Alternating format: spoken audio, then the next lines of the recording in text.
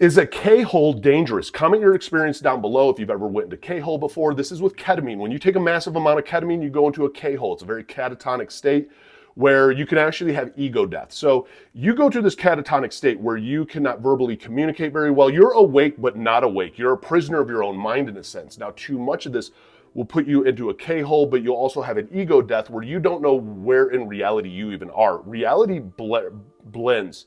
You don't see yourself as a person. You see yourself from a distance, like looking down upon yourself. It's something that actually happens in your brain, very psychedelic in a sense, that will ruin you and create a ton of trauma, believe it or not. There's a lot of trauma that happens around this, where once you actually come out of this, you come into a psychosis state because it almost alters your perception of reality.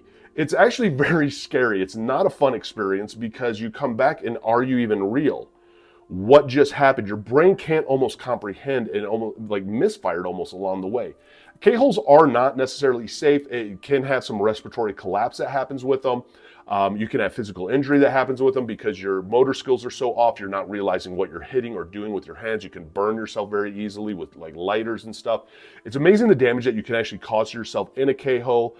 And what the long-lasting effects of it are. I've watched a lot of people who abuse ketamine go into a psychosis state, a lot of times almost like a religious psychosis state, really firmly believing that the end of the world is coming and that just they're off their rocker, but they don't know where reality is anymore. And that is a scary place to be, and a scary place of addiction.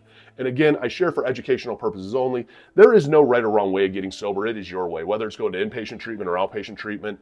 Download Sunflower Sober. It's tagged down below. Link is in the bio. Find a therapist, a doctor, a psychiatrist. Get on the right meds. Go to an AA meeting, an NA meeting, an Al-Anon meeting. Go to all the meetings and then some. But don't give up. Keep fighting forward. For the ones struggling, don't give up. It does get better, and you are worth it.